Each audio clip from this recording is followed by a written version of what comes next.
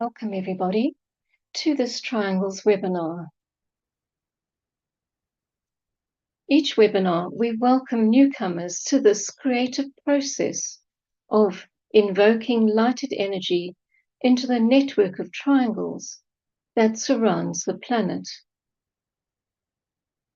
And anyone who wishes to participate in triangles and who is looking for partners is invited to let us know. Each activated triangle is a living vessel of light that helps to uplift the world. Each triangle, as well as the network as a whole, reverberates with the spiritual power of the Great Invocation. And today, after our visualization on the Great Invocation, Barbara Vallico will be speaking on the theme of rhythm, ritual, and resonance, a theme which is rich in meaning for triangles. And we invite you to share your thoughts on the theme afterwards. So as we move into the Aquarian age, with its influencing energy of the seventh ray energy of ceremonial order, rituals are destined to become a growing feature of our lives. This month's webinar is taking place in the zodiacal sign of Cancer. And those of you who participate in the monthly ritual of full moon meditations may recall that its spiritual keynote is, I build a lighted house and therein dwell, which refers to the building and beautifying of the soul's vesture of consciousness on the mental plane.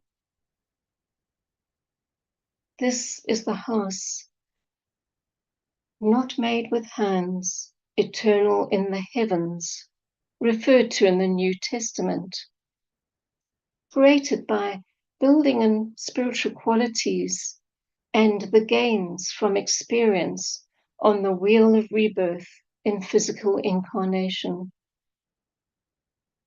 And through the work of triangles, we are helping to build a lighted house for all of humanity on this troubled planet of ours. The meditation we use at the close of our webinar is entitled Energizing the Network. And it's through this type of meditation that individual consciousness is stimulated into a state of shared consciousness. This community of consciousness is the essence of group meditation. We should bear in mind, though, that group meditation does not require individuals to work together in the same place or even at the same time. Each living vessel of light, the triangle, is kept energized by the daily meditation of its three members working on the mental plane. It is a shared thought form that is built there, and it is energizing of this little group thought form that is the important part of the work. When we link up with our triangle, because we are working on the mental plane and reaching up to the soul, we will naturally be attracting the attention of the soul of our two triangles partners, even though their personalities on the physical plane won't be aware of this. The triangle's work is therefore impersonal, but deeply communicative in the spiritual world. In terms of the whole, each triangle brought to life daily brings a greater light into human affairs, so helping to condition the spiritual atmosphere of the planet, and the link with others helps to relate inner energies of light, love, and goodwill to everyday life on the physical plane. The beauty of this work is its ability to rise above the commotion and friction of human concerns. This ability to serve as a group, as souls, to make light available, is a form of planetary healing, linking inner and outer worlds, unrestricted by human opinions or deliberations. Yet it is a potent means of helping to create the right subjective conditions for humanity, and by sounding the great invocation, enables others to resonate more readily with its higher vibratory note. Over time, one discovers that the selfless dedication to serve humanity increases sensitivity to energy flows, which are continuously impacting the collective aura of the serving group of triangles, of which one is a part. The network itself is experienced as both a magnetic and a radiatory field of energy, attracting light and love for expression in human consciousness. Experiencing contact with incoming energies is a joyful experience, vitalizing us and others as they enter the lower worlds. And from the moment a person consciously identifies with a group service, such as triangles, a tide of lighted energy carries a measure of the divine plan's light, love, and power that can be safely transmitted through the aura into the surrounding environment. Though it takes perseverance to sensitize the mind to this group circulation of energy, the process is occurring to some extent, regardless of whether or not there's a conscious awareness of it. And this is because group service involves an unspoken allegiance to the soul's purpose. And this automatically attunes the energy centers of the server's subtle bodies to resonate with the spiritual chord of the group aura. In this way, group service proceeds whether recognized in the brain consciousness or not.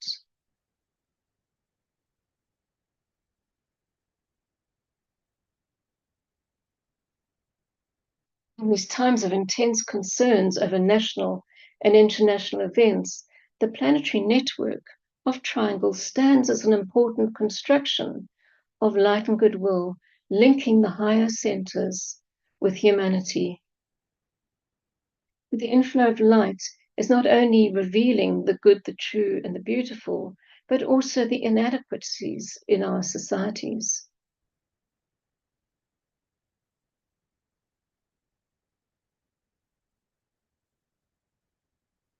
The inflow of light, the role of spiritual servers and groups and individual thinkers in these times is not to focus power specifically on an area of planetary crisis, as this may even feed the conflict, but rather use and work with established pathways of planetary energy in a more general manner to strengthen the effectiveness of light and goodwill wherever it's found. And this involves an alignment with the plan of our planet, as embodied in the Great Invocation, and the direction of associated energies through physical plane areas or localities, which constitute the present modern exits for energies, through which directed energies can pass to carry out the creative process. And these outlets in this current cycle are London, New York, Geneva, Darjeeling, and Tokyo. In the face of unprecedented global challenges, one of the greatest services we can offer is to stand with steadfastness and allow the clear light of the Triangles network to irradiate human living. It's through this lighted portal that the higher impressions, embodying new ideas and energies, which can inspire a new vision for all humanity, can be realized. This light is disturbing age-old traditions, societies, glamours, and even revealing illusion as to the wisdom of our choices. And nothing ultimately can arrest spiritual progress. So, with these thoughts in mind, let's now go into our visualization on and reflect on the great invocation.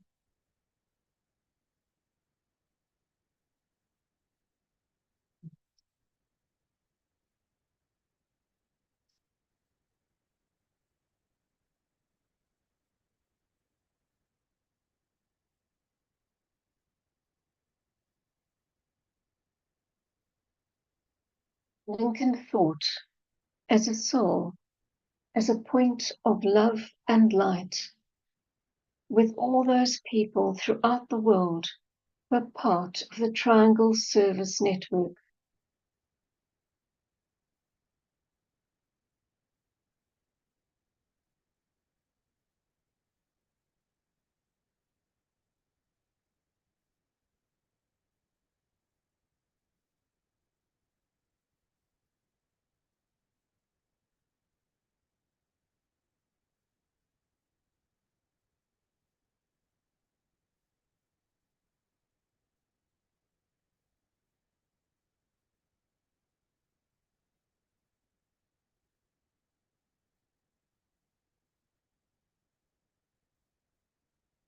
Visualize the world situation as best you can and see people everywhere glowing with a dim light, and here and there points of brighter light where men and women of spiritual intention and of loving hearts are working for their fellow human beings.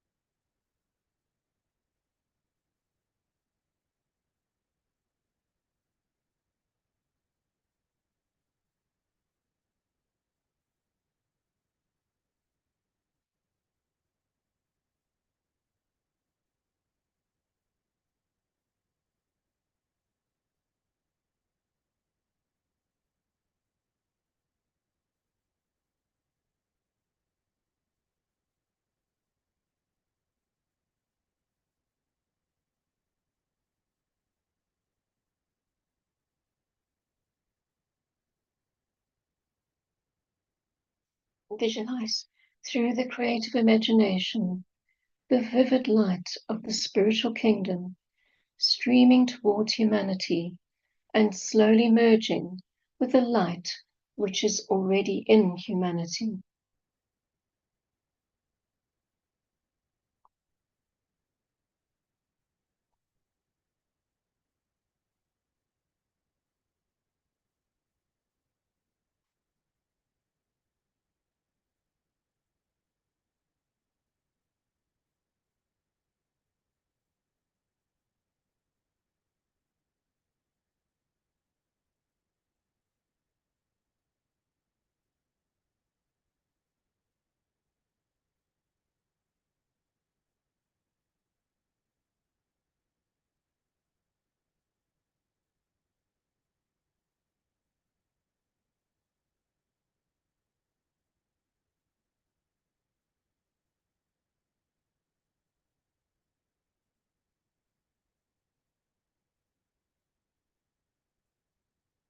From the point of light within the mind of God, let light stream forth into human minds.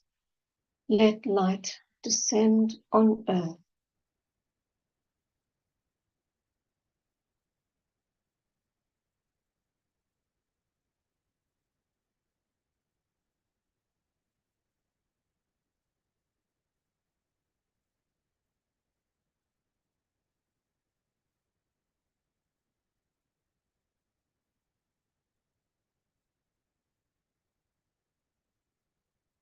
Then ponder upon the reappearance of the coming world teacher.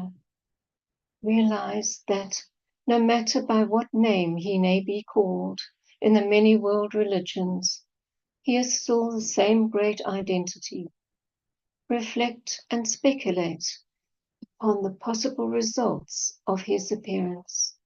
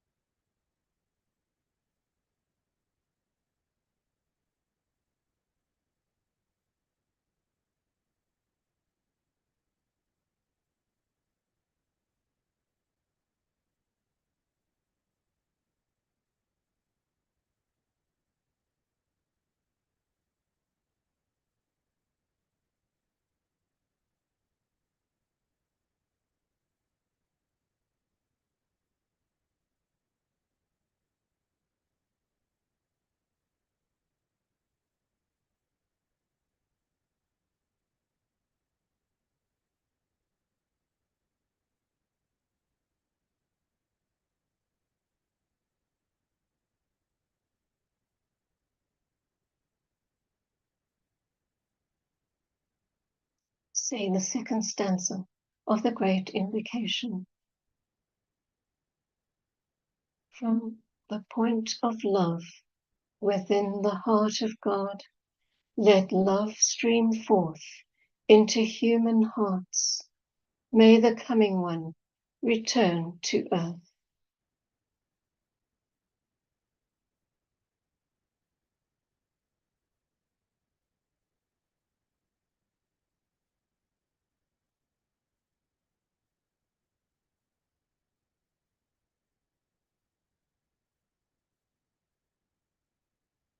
Endeavor to concentrate your fixed intention to serve and to spread love in your surroundings, and realize that insofar as you can do these things, you are attempting to blend your personal will with the divine will.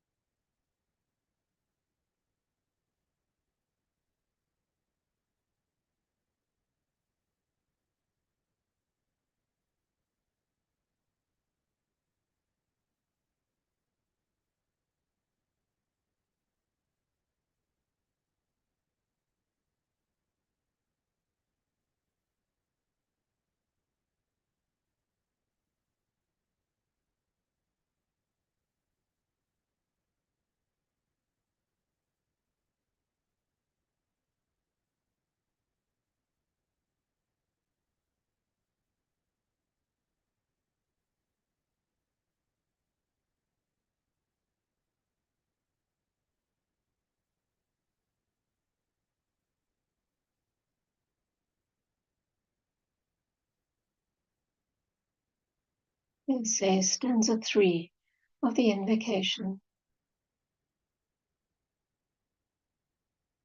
From the center, where the will of God is known, let purpose guide all little human wills, the purpose which the masters know and serve.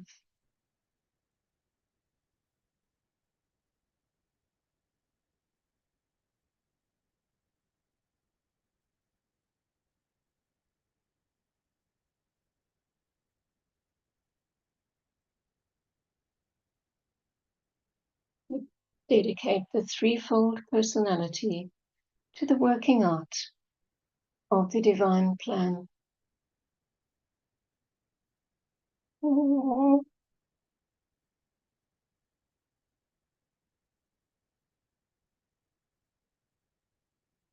oh. Sorry, I just can't speak.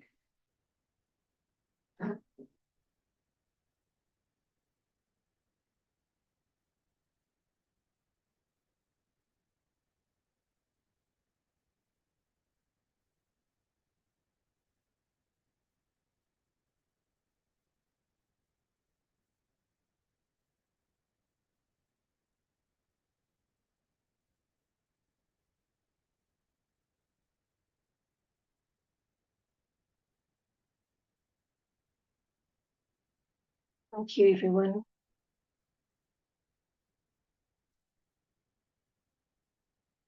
I'm sorry, my voice just totally left me at that point. Well, we now look forward to hearing from Barbara Valacourt. Many of you know Barbara. She's, just to tell you a little bit more about her, she is a trustee of the Lucis Trust. She's been a musician from an early age, culminating in a career as a classical singer.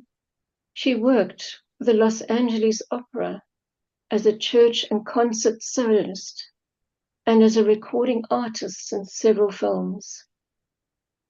A longtime student of the Ageless Wisdom, she founded and developed LifeBridge Foundation, a small family foundation whose mission was to promote the concept of interconnectedness of all life and one humanity.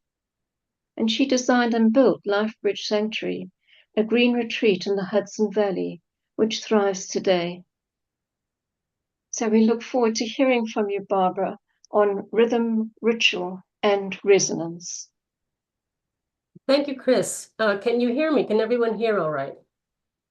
Yes, I can hear you fine. Oh, good. There's such a beautiful visualization of the Great Invocation. I just have to say, it's just so inspiring. I thank you so much for doing that. So we're going to talk today about rhythm, ritual, and resonance.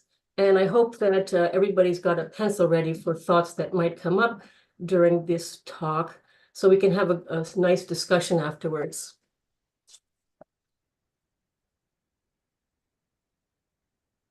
Rhythm is all around us and in all of us. It exists in every life form.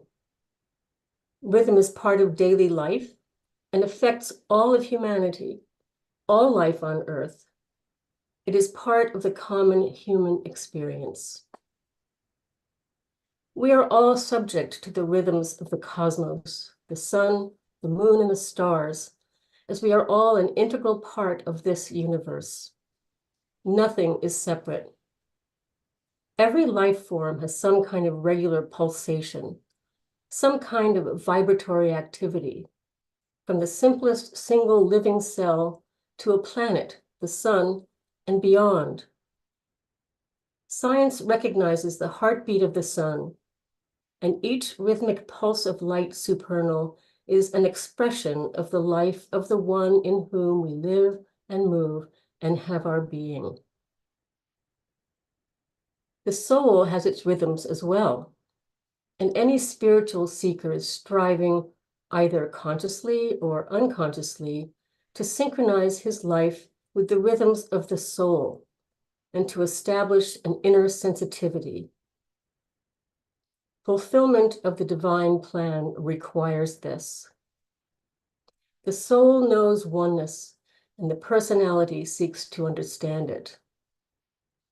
Building an inner sensitivity is greatly aided by the conscious use of rhythm and regularity in the daily life. Rhythm automatically harmonizes the aspirant with the forces of nature, helping to align all the vehicles of manifestation. Rhythm brings one into harmony with the universe and enables the soul to do its work more efficiently and cleanly. There's a beautiful statement in the book Esoteric Psychology 2 by Alice Bailey, which expresses this idea poetically. The magician said, "Listen, O worker in the furthest world, to the rhythm of the times. Note the pulsation in the heart of that which is divine. Retire into the silence and attune yourself unto the whole. Then venture forth. Establish the right rhythm. Bring order to the forms of life which must express the plan of deity." Rhythm and ritual go hand in hand. Ritual is always rhythmic and measured. Any rhythmic activity can be characterized as ritual as long as the ritual is being performed with a clear sense of the sacred. When the goal is to raise one's vibratory rate, the ritual becomes a magical high tuning to the divine. Deliberate ritual is a group activity and provides protection. Ancient writings speak about rituals involving rhythmic movements of the body that create various geometrical shapes, of the rhythmic swaying of bodies and arms designed to harness cosmic currents. The ritual spinning of whirling dervishes is one beautiful example of modern-day rituals involving a devotional activity and a sense of the sacred.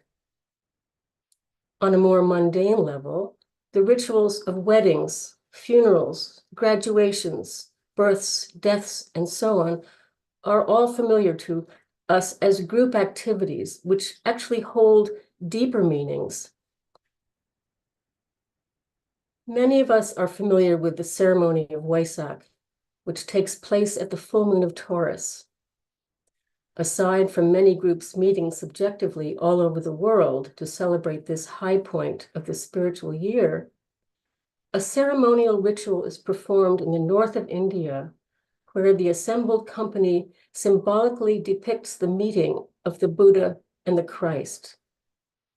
The Buddha approaches the earth to bring blessings to his brother, the Christ, who later distributes it to all of humanity. We are told that the assembled company moves forming different geometrical formations designed to bring extraplanetary energies closer to the physical plane. People who have been in the Wesak Valley during this time report ceremonial blowing of horns, of pilgrims doing ritual prostrations approaching the site, and of a great silence that falls over the crowd at certain moments of deep prayer. The daily sounding of the great invocation, or the daily meditation practice in any tradition, and of course, the daily linking with our triangles partners. These are rituals we practice as a service to humanity and to the divine in all. The Triangles Project is a group activity practiced all over the world.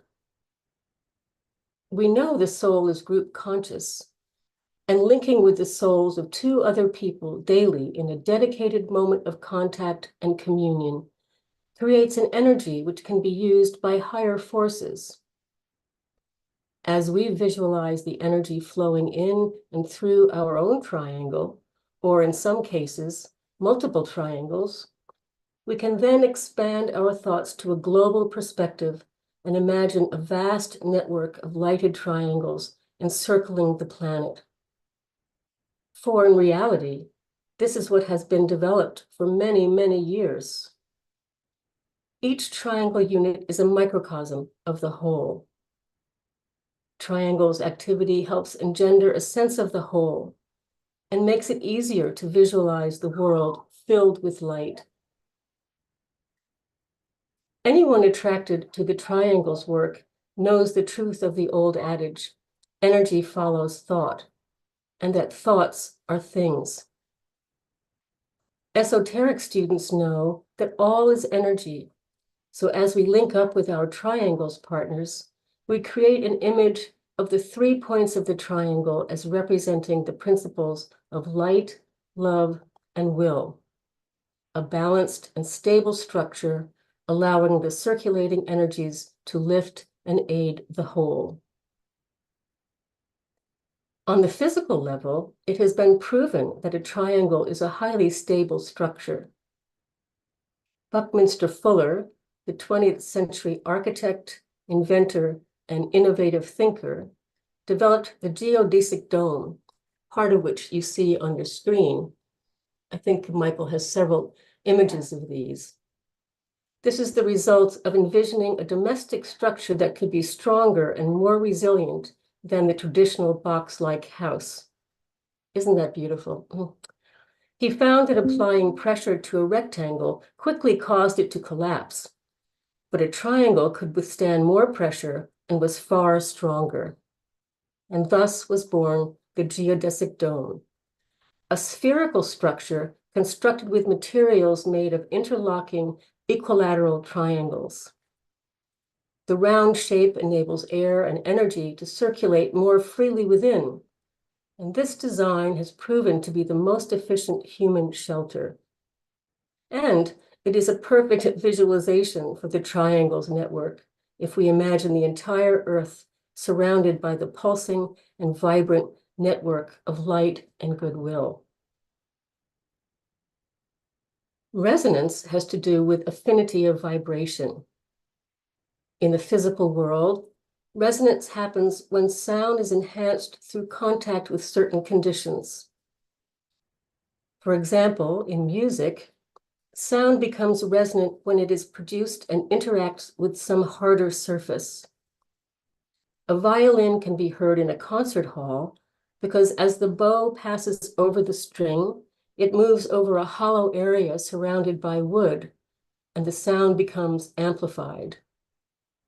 The human voice can become extremely powerful when air passing over the vocal cords comes in contact with the hard surface of the facial bones. The shape of a room or the materials of the walls can enhance or dampen the room's natural resonance. Echoes happen when sound bounces off a hard surface, such as rock. Ancient Celtic peoples built stone structures throughout Great Britain, Ireland, and Scotland, the most famous of which is Stonehenge. Other structures, not as famous but nevertheless well-researched, can be caused to ring or resonate if certain pitches are toned in a specific space within them. We can imagine these ancient people performing rituals in which tones are sounded by the group and the stones actually sing and ring. Inside the king's chamber of the Great Pyramid at Giza, there is a stone sarcophagus of a size that a full-grown man can sit or recline in. If a note of about 116 hertz is sounded, the sarcophagus rings as a singing bowl. One can imagine the rituals that would have been performed here in ancient times. On the more subtle levels, resonance is created through the same affinity, in this case, in the mental substance of 3 triangle members as they synchronize their thoughts and intentions while reaching out to the soul. As each point of the triangle seeks to become mentally harmonious with the other 2, a resonance of souls is set up. Over time, this soul resonance builds and adds to the cosmic sound of life. The ritual daily linking with 2 others as a service makes the divine plan possible. This daily global ritual evokes the will aspect, and this is a great achievement of humanity. The Tibetan master has said that the Triangles Project is dear to his heart, and we can make it so in ours. Thank you, Chris.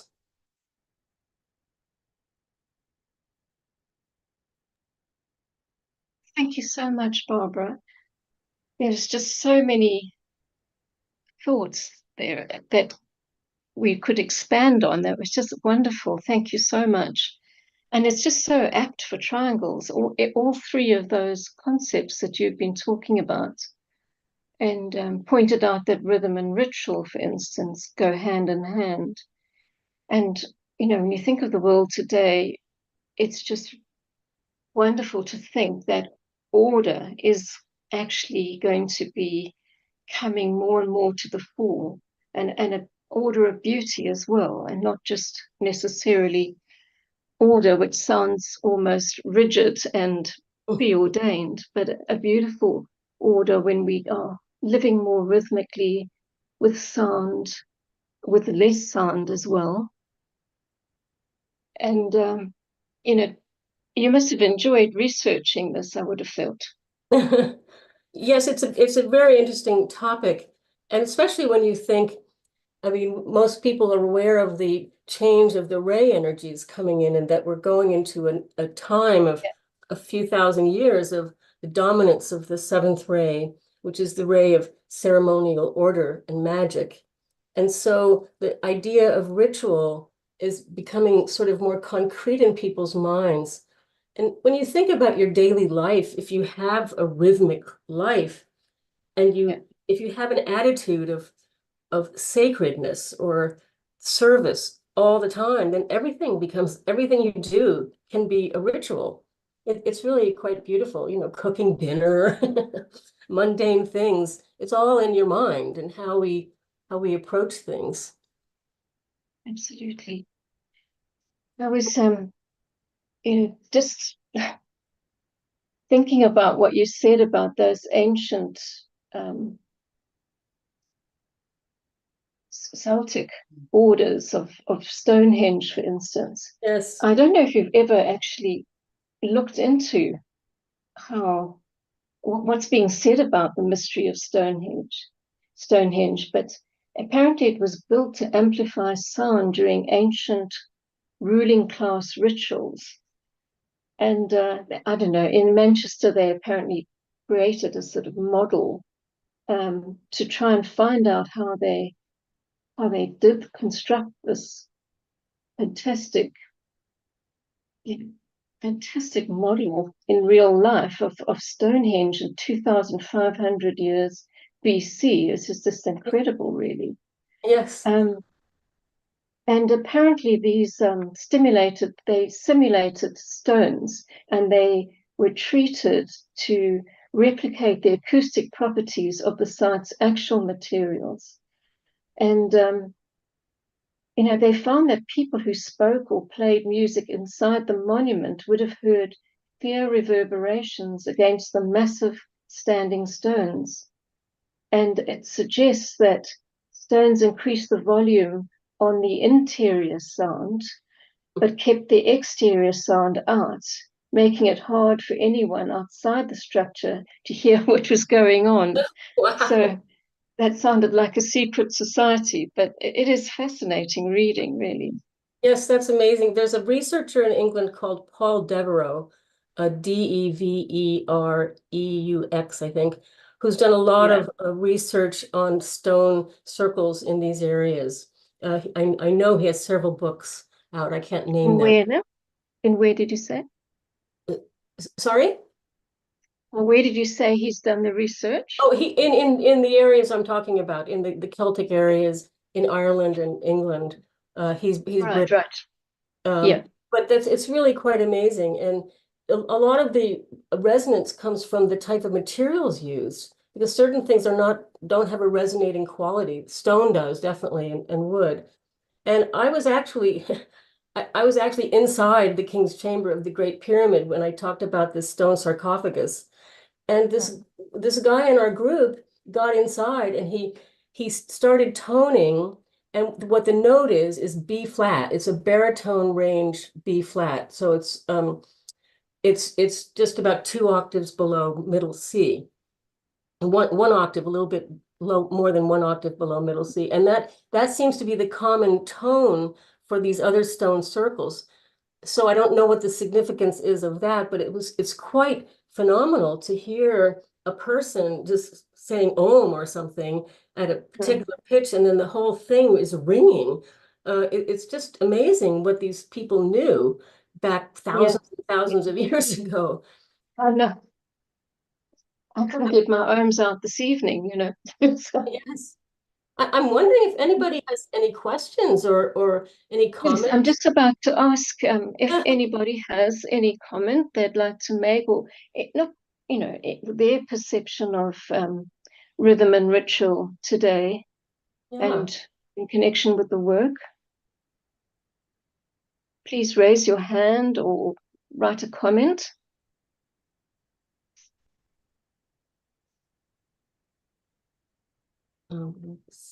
Chat. So Santa Star says, thanks us both for our presentations. The wise insights re rhythm, ritual, and resonance are a triangle of energies which relate daily ritual of triangles and the sacredness of daily life. Stonehenge is a place of druid ritual at midsummer, and the stones actually hum with a deep resonance and radiate light. Yes, and Ben Stock says the rhythmic chanting invocation demand at protest demonstrations is absolutely right. How that it has to be rhythmic, and you can't ignore it. And then if you're there and you're sympathetic to the protest, you have to join in because it sort of magnetically draws you. Yeah, yeah. See if there's anything else. Don't take that tone with me.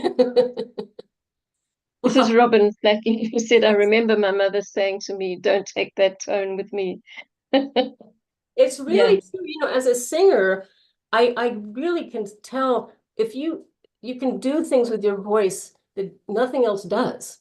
You can be really angry in a way with your voice, but not feeling angry, or you can be really soft while you're feeling frustrated, or it's a very, very interesting tool. And the biggest tragedy that to me that I in my life that I've seen is teachers of 8-year-olds or young children who tell the child of they're singing a song, and they want to do it a performance at the school, and they say to the child, "Oh, Johnny, you're singing out of tune. Just mouth the words." That scars people for life. And I've seen that so often, and it's just such a terrible shame because the voice is a expression, a natural human expression of ourselves, of the soul, really, because everybody's voice is different. Yeah. So yes. I've got somebody who's raised their hand.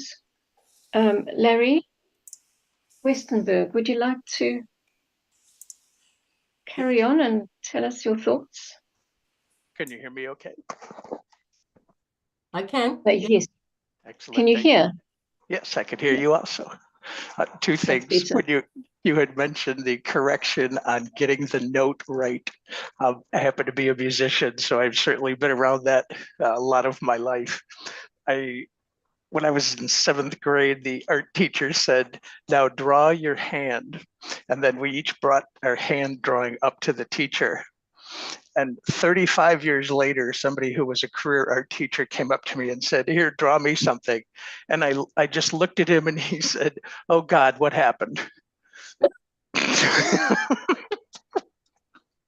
But my other comment was a way to see the effect of resonance is to take a singing bowl and very carefully put water into it gradually while you are playing it. Somewhere in the depth of the water, when you get it just right, there's a surprise you won't believe that will happen before your eyes.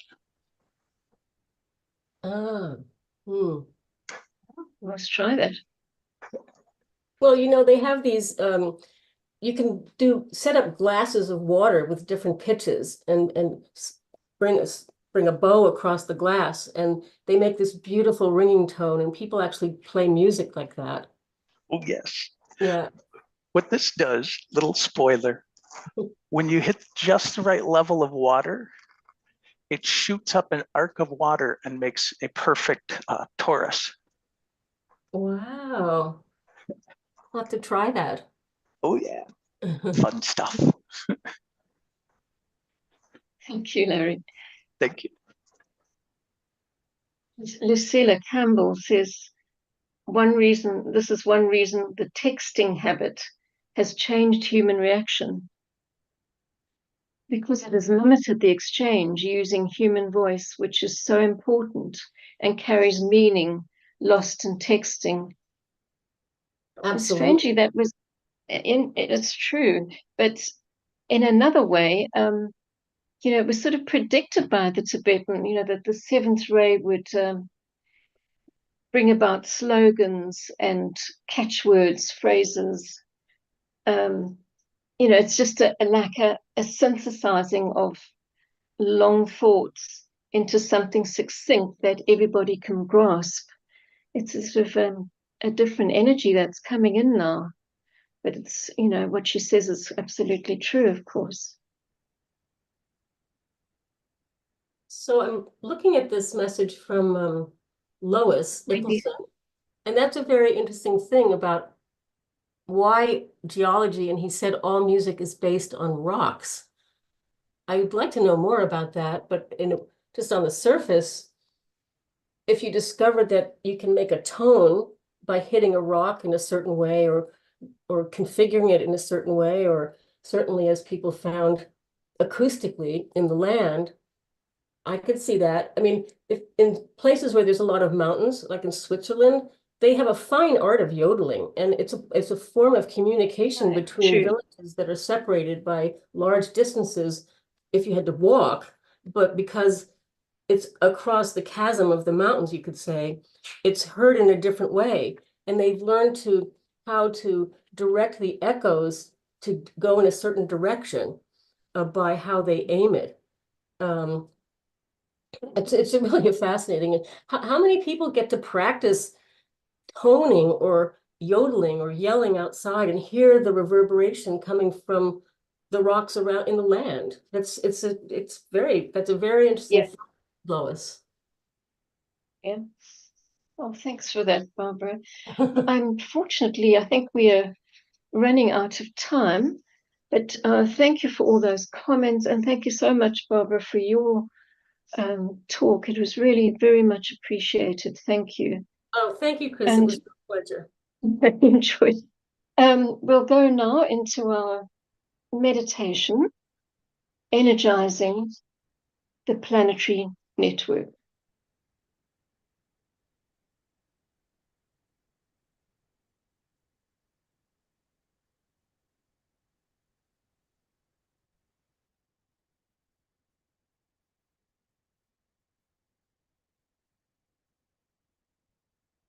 We come together as a group unity on the mental plane.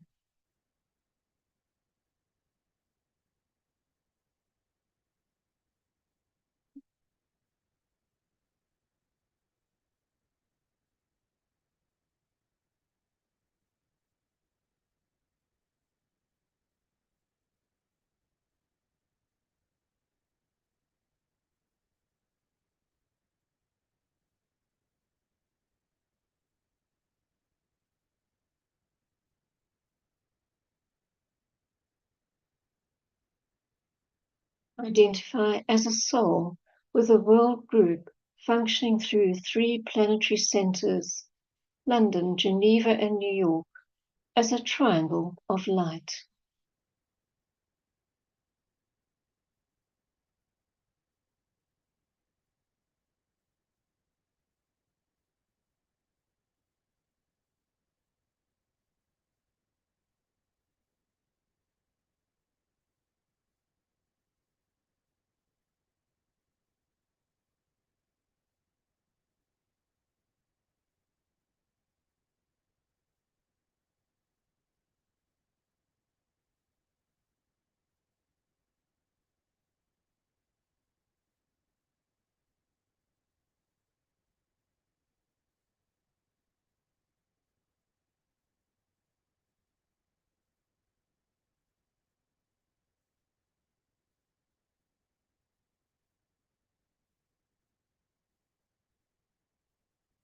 Extend identification through the soul to the new group of world servers, to the hierarchy and to the Christ, the transcendent point of synthesis at the center of every triangle, and to the triangle of energies standing behind the Christ.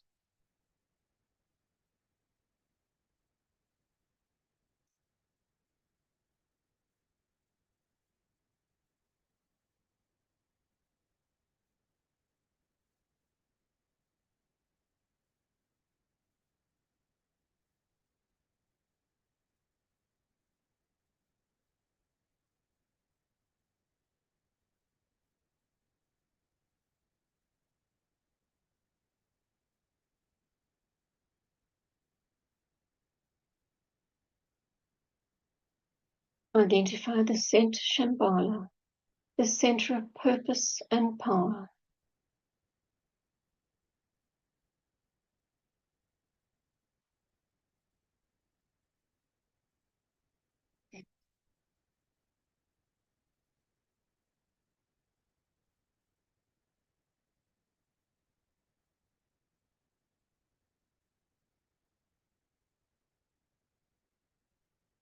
Recognize the synthesis of three streams of cosmic energy within Shambhala, where the will of God is known, using the dedication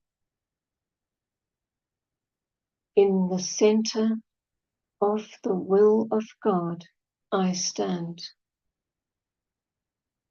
Lord shall deflect my will from his. I implement that will by love. I turn toward the field of service. I, the triangle divine, work out that will within the square and serve my fellow men.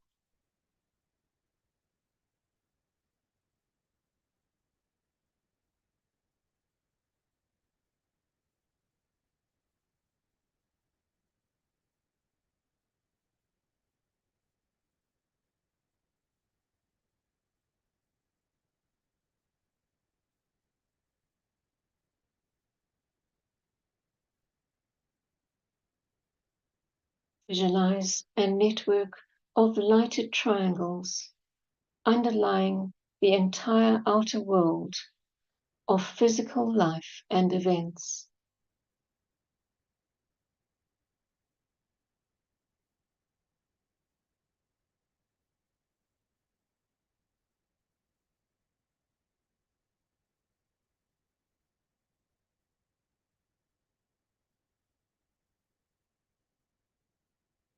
See the network linking all triangle units and relating all points of light throughout the world.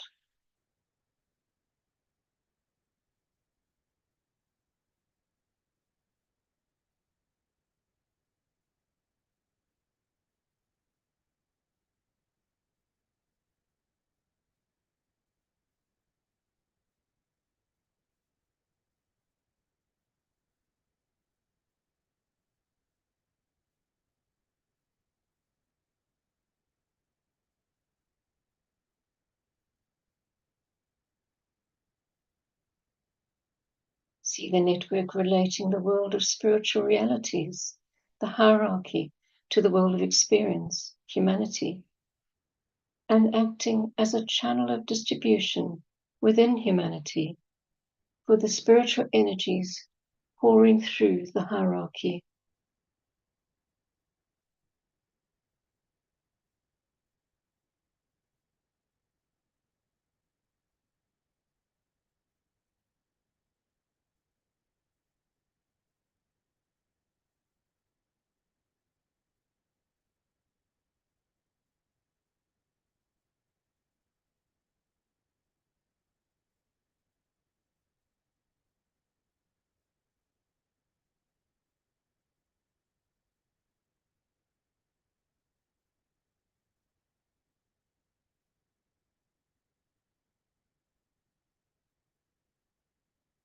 See the network transforming the planetary etheric vehicle to receive and circulate the energies of the soul and the triad, will, love, light.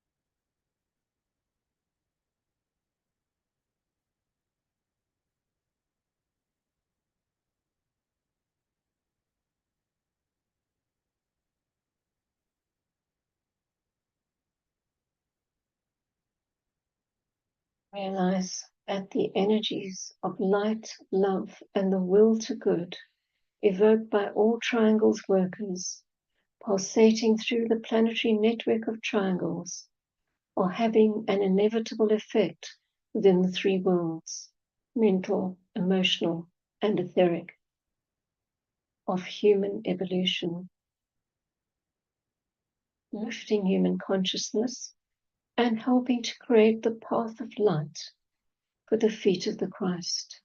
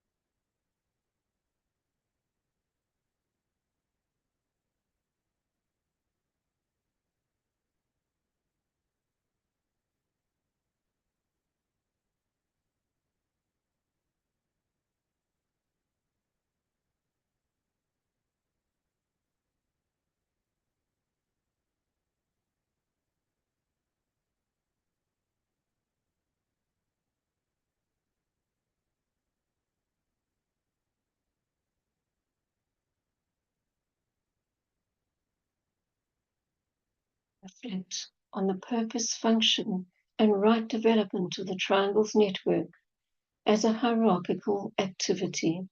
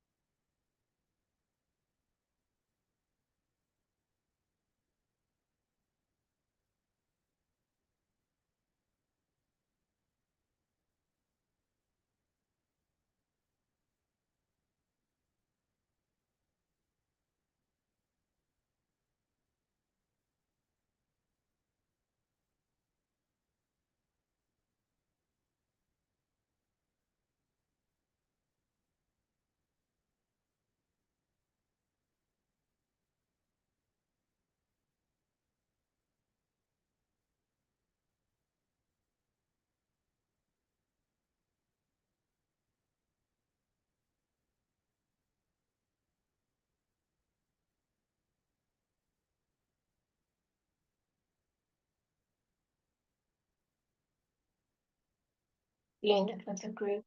Stand with positive intent as a station of radiant light within the network of light and goodwill.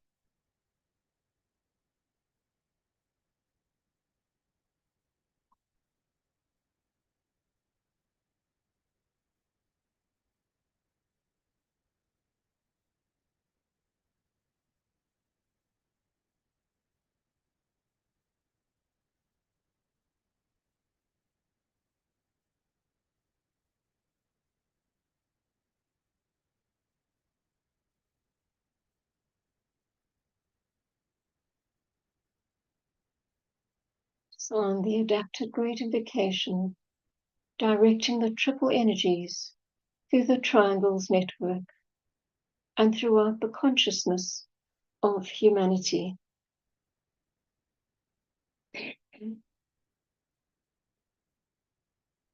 From the point of light within the mind of God, let light stream forth into human minds. Let light descend on earth. From the point of love within the heart of God, let love stream forth into human hearts. May the coming one return to earth. From the center where the will of God is known, let purpose guide all little human wills, the purpose which the masters know and serve. From the center which we call the human race, let the plan of love and light work out, and may it seal the door where evil dwells. Let light and love and power restore the plan on earth. Om, om.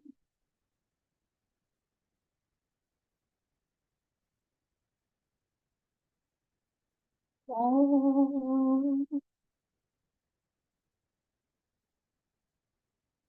om. So sorry.